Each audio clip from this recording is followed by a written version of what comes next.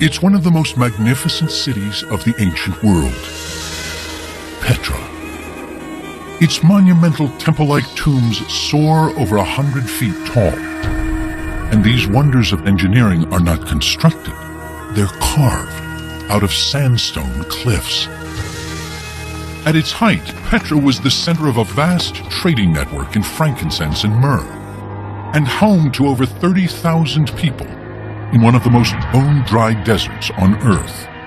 It's not an appropriate location for a city. There is not even drinking water down there. How did an ancient people supply enough water for this vast city? And how did they carve these magnificent structures so high up in these cliffs? To find out, a geoscientist teams up with stonemasons to carve a Petra-style tomb. We're looking at something that hasn't been witnessed for almost 2,000 years. And archaeologists and hydroengineers discover how a group of nomads transformed this desert city into an oasis, the Las Vegas of the ancient world.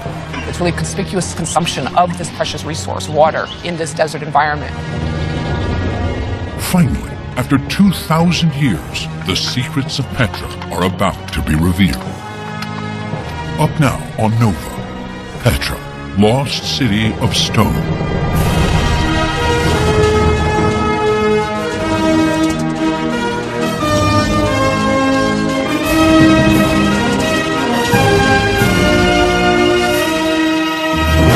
Major funding for NOVA is provided by the following: the David H. Koch Fund for Science, supporting NOVA and promoting public understanding of science,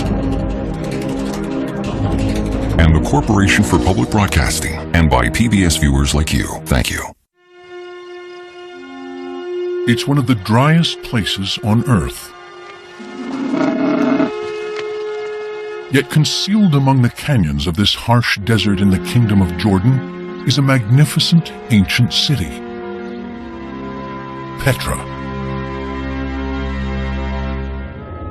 For over 1,000 years, its location remained hidden, protected by fortress-like cliffs and Bedouin tribes who fiercely guarded its secret. Then, in 1812, a Swiss adventurer disguised as an Arab pilgrim risks his life to search for the legendary city. Johann Ludwig Burckhardt makes his way through the Sieg, a dramatic canyon rising almost 600 feet that twists and turns for nearly a mile. Near its end, the canyon widens to reveal a towering, temple-like facade.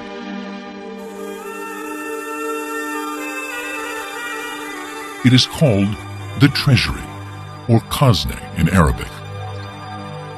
Built 2,000 years ago, it is a masterpiece of design and engineering. Majestic columns rise from the canyon floor, topped by ornately carved capitals. Statues of mythological figures adorn its facade. A fanciful urn graces its roof, and a towering doorway leads inside to a room with 3 chambers. Here, there is no elaborate carving, just the simple, natural beauty of the stone. And then we back away and we realize not only is this building unique and fantastic, but it has been carved into the sheer face of living rock. The treasury is actually a sculpture on a monumental scale. At 80 feet wide and 127 feet tall, it is twice the height of the Mount Rushmore Memorial. As Burckhardt continues through the canyon, he discovers hundreds of magnificently carved facades everywhere, many rivaling the grandeur of Egypt, Greece, and Rome.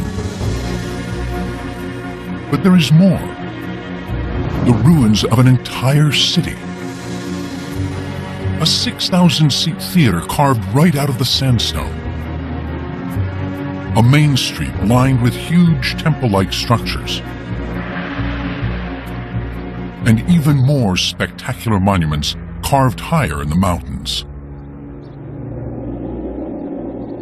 But Burckhardt's rediscovery of the legendary city sparks more questions than answers. Who built Petra and why? Burckhardt was inspired by stories of a mysterious desert tribe who gained their wealth trading spices and silks among China, India, Egypt, and Rome, and then hid their treasures of gold in the cliffs. Greek and Roman sources provide a name for these people: the Nabataeans. An account from the 4th century BCE describes the Nabataeans as nomadic tent dwellers. But 3 centuries later, another source describes them as a sophisticated people inhabiting a prosperous city. Around the time of Jesus, Nabataea is a thriving kingdom surrounded by Egypt, Judea, and the vast North Arabian desert. How, in just a few centuries, did a village of tents become a wealthy kingdom? And how, in the middle of a desert, did they build Petra?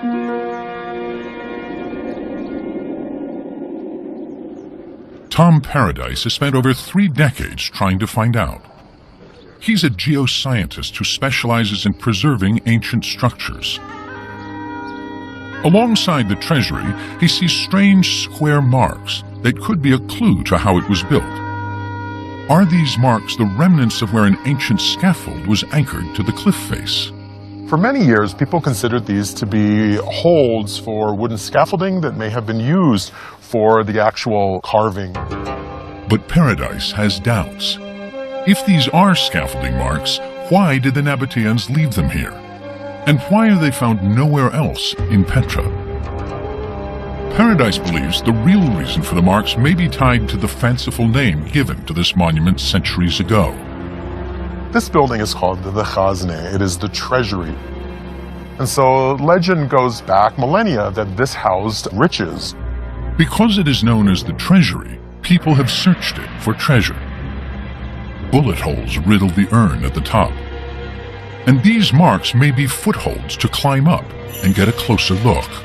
We think maybe those footholds were carved for the purpose of raiding the upper parts of the Khazne, looking for the treasure. But the urn holds no gold. It's solid rock. The only treasures here are the magnificent sculptures. Whatever the true purpose of these marks, Paradise is certain they're not for scaffolding. After all, in this desert, wood is relatively scarce. So how on earth could the ancient Nabataeans carve such a huge monument so high up in the cliff face without scaffolding? Paradise has a bold plan to find out. They go all the way down to the top. Working with a team of stonemasons, they will try to carve a Nabataean-style facade for the first time in 2,000 years. I may be sitting on the answer to the age-old question as to how were these facades carved. At the same time, archaeologists and hydro-engineers are investigating how the Nabataeans could even survive in this bone-dry environment. The entire hydraulic infrastructure was built, as I think I may prove, following one master plan. Their groundbreaking discoveries are revealing the engineers of Petra were not only masters of stone, but also of water, transforming a desert city into the Las Vegas of the ancient world. Now, can scientists finally uncover how a nomadic tribe built this city of stone? And why Petra ultimately vanished into legend.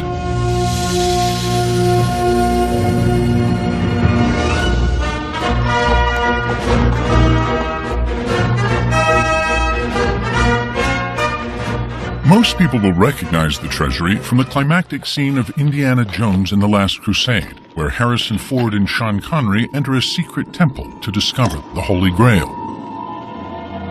But despite the great Hollywood story, the treasury and most of Petra's iconic buildings are not temples. They're tombs. The Nabataeans left very little writing, but on some of their facades are inscriptions in an Aramaic script, the common language of the Middle East in the time of Jesus. This one, on a facade called Turkmenia, reads in part, This tomb is sacred. Nothing of all that is inside shall be changed or removed forever. Tomb raiders disregarded notices like this, so human remains and grave goods rarely survive. But body-sized niches leave no doubt these were burial chambers. In all, the cliffs of Petra hold over 800 tombs. The prominence of these monuments led many of the early explorers to consider the possibility that this might just be a city of the dead, an acropolis. But over the past 200 years, all of the research has actually shown it was a city of the living as well. Chris Tuttle has been working here more than 10 years. Although less than 2% of the site has been excavated, archaeologists have mapped and surveyed the area. All in all, ancient Petra was a metropolis about the size of the island of Manhattan. There is a 2-square-mile downtown where people lived, worked, and prayed. Suburbs, housing more people, stretch to the north and south. Based on these surveys, Tuttle can estimate the population. At its height, we expect this city housed somewhere between 20 or 30,000 people.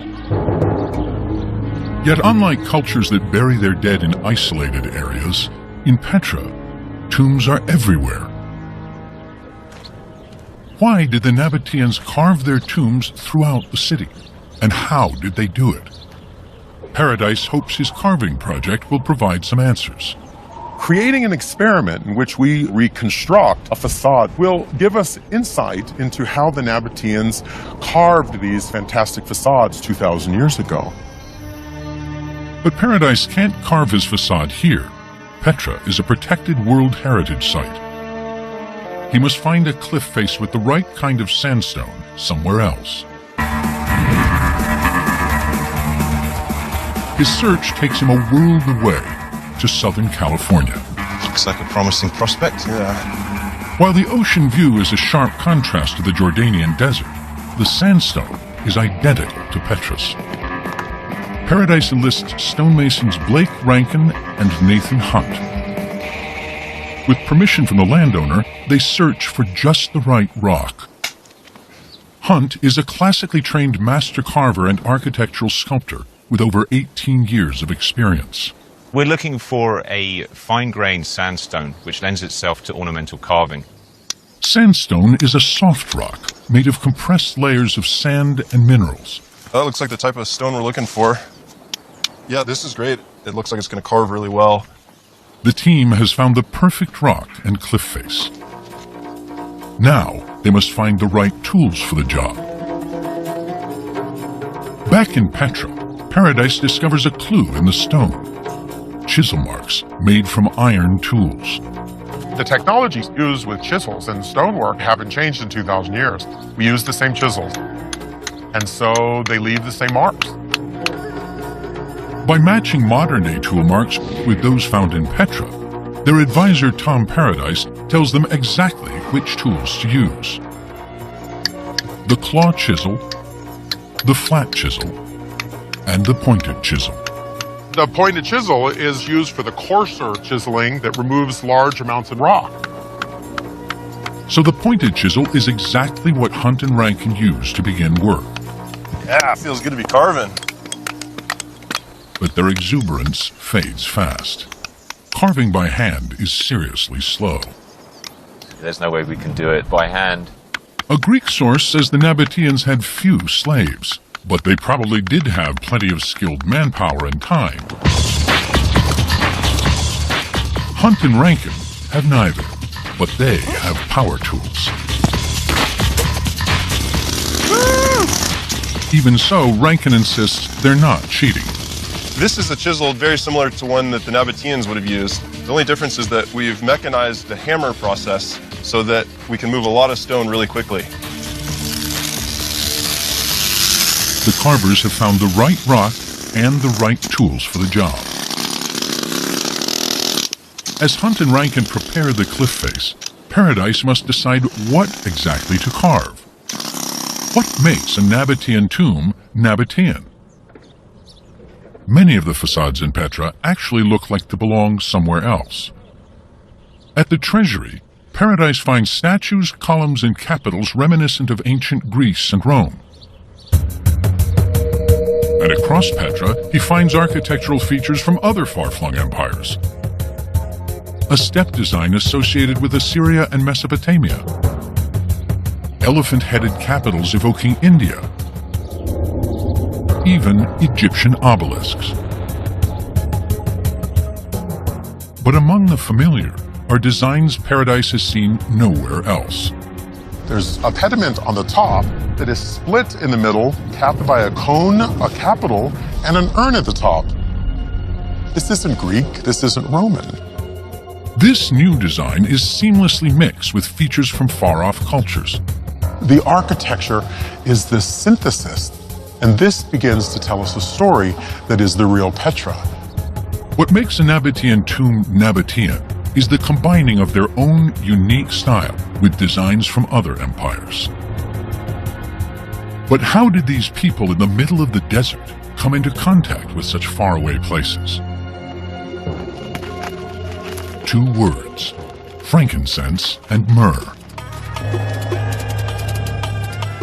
Frankincense and myrrh were must-have luxury items in antiquity.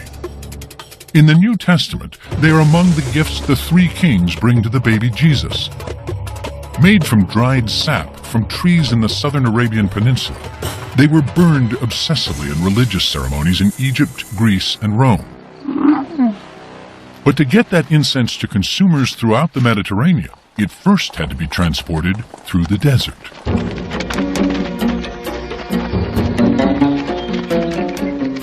After centuries of living as nomads, the Nabataeans knew every secret source of water. If you wanted to cross the desert and make it out alive, you had better have a Nabataean leading the way. Along the route, they built outposts to guard their goods and extract a toll. In a valley just over the mountain from Petra, Andrew Smith has excavated this fort called Bir Makur. There was definitely a Nabataean presence here, most likely related to the trade that came out of Petra. Among the artifacts he excavated are dozens of tiny clay perfume bottles. The Nabataeans were most likely processing some of the raw frankincense. They would have bottled and then packed them tightly so that they weren't going to break, and probably loaded them on camels or even donkeys. The incense road became the lifeblood of the Nabataeans, pulsing from Saudi Arabia to the port of Gaza, the gateway to Greece and Rome. The financial reward from this trade catapults a desert tribe into a powerful kingdom. Nabataean towns and tombs spring up throughout the northwestern Arabian Peninsula. By the 1st century, the Roman writer Pliny called the Nabataeans the richest race on earth.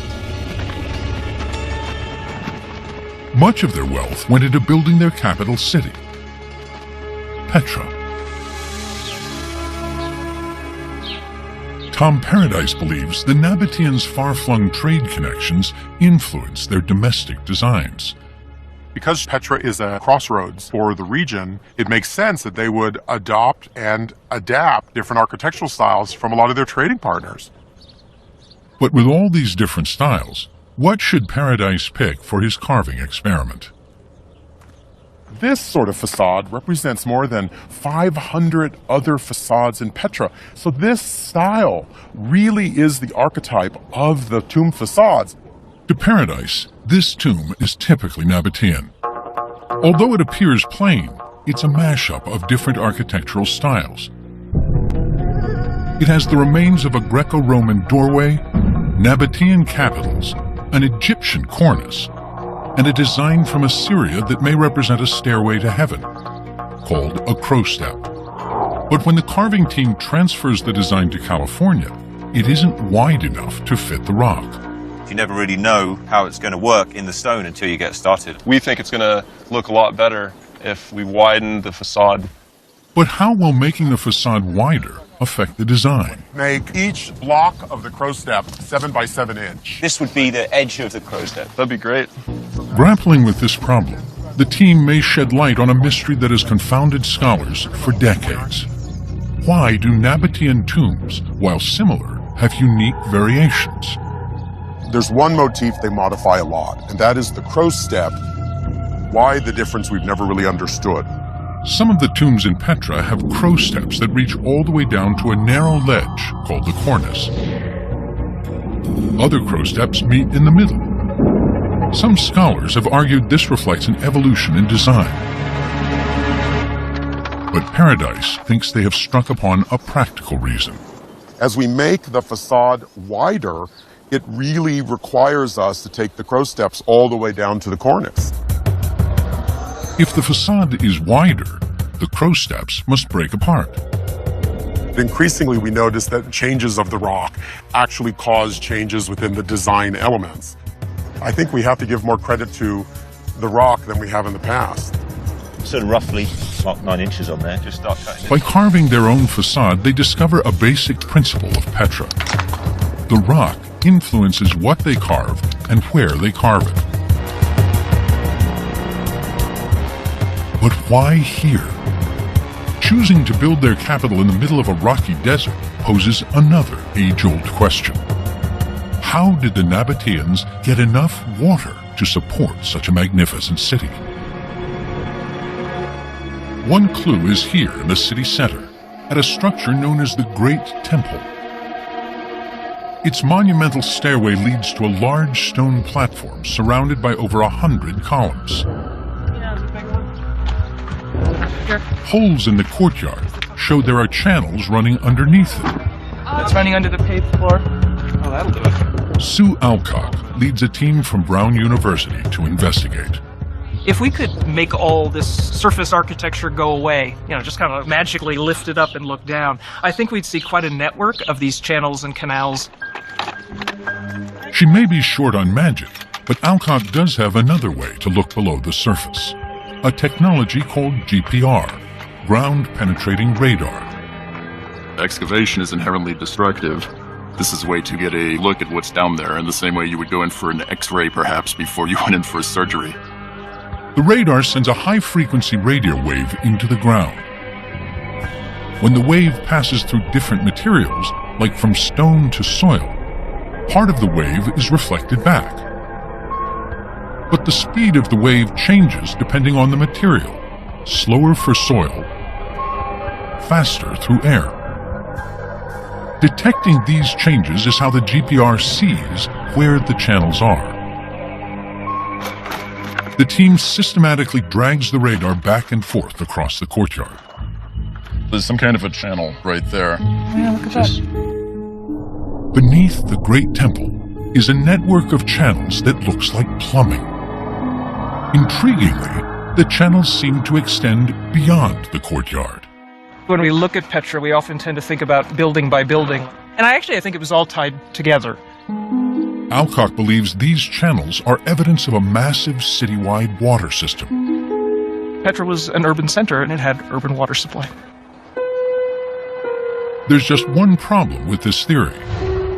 Petra is in one of the driest places on the planet.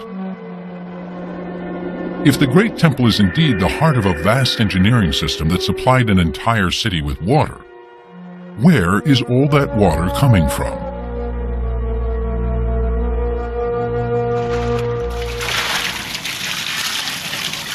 One possible source is still used daily by locals. It's called Ain Musa, or the Spring of Moses. Alison Mickle and Cecilia Feldman of Brown University's survey team joined hydroengineer Charles Ortloff to investigate. In Numbers 20:11, it talks about how the Israelites were wandering in the desert and Moses strikes this rock in anger and water flows forth. The story of Moses miraculously bringing forth water has been linked in legend to this rock and spring. But it would take an engineering miracle to get this water from Ain Musa to Petra's city center.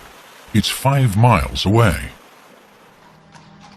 In the Sikh, the entrance to Petra, the team finds evidence for how the water may have been brought here.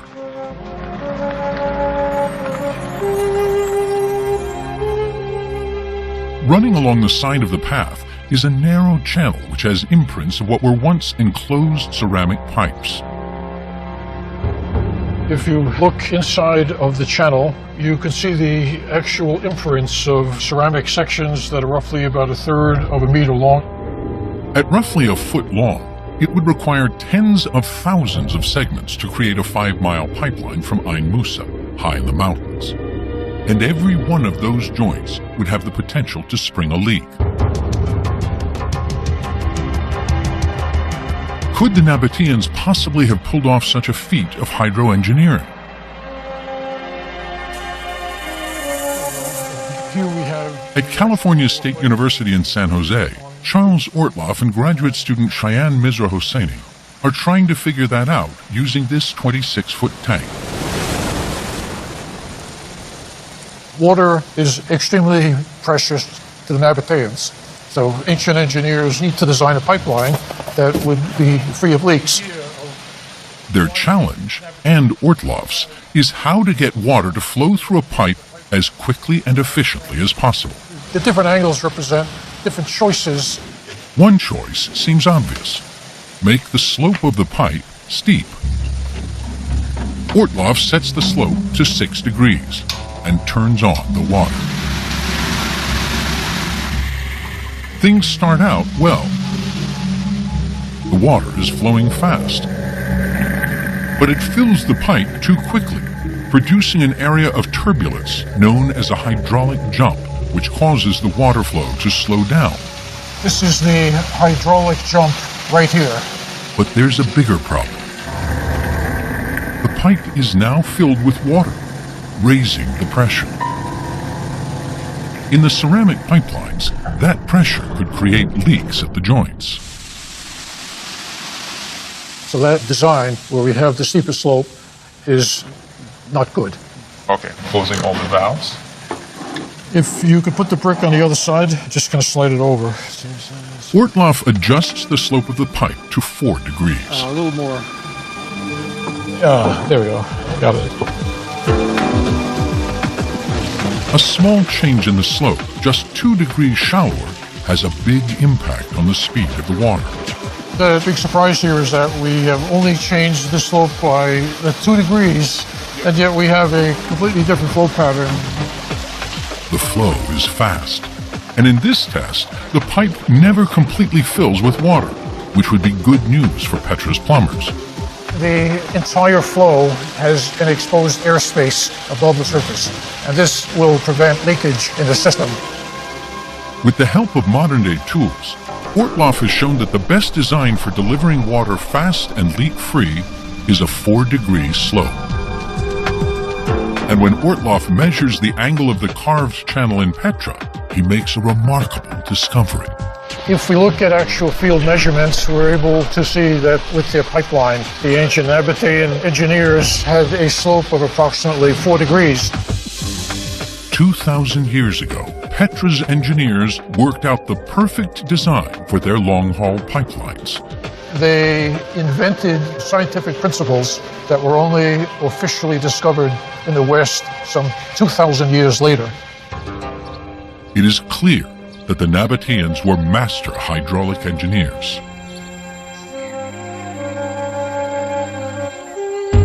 But water is not the only scarce resource in the desert. Wood from local trees was also in short supply. So how could the Nabataeans build their tombs so high up in the cliff face without using large wooden scaffolding? Paradise finds an important clue in this unusual carving, aptly called the unfinished tomb. The top is finished. The upper area of the capitals remains somewhat crude and still in progress. But then below that, nothing has been carved at all. It's the natural sandstone face. To Paradise, the progression of finished at the top and barely started below can mean only one thing. The Nabataeans started from the top and carved down. The unfinished tomb shows that Nabataeans began by sculpting the top layer of the facade and then worked their way down the cliff face. Windy again. Back in California, Paradise tells Hunt and Rankin they must carve their facade Nabataean style, top down and without scaffolding. There's a lot of challenges involved in trying to figure out how the Nabataeans carved a piece like this. I die like a Nabataean is my worst fear. Falling off the rock. Up to now, they've been using safety harnesses. But the Nabataeans' top-down approach gives them an ingenious idea for how to carve without harnesses or a large wooden scaffold.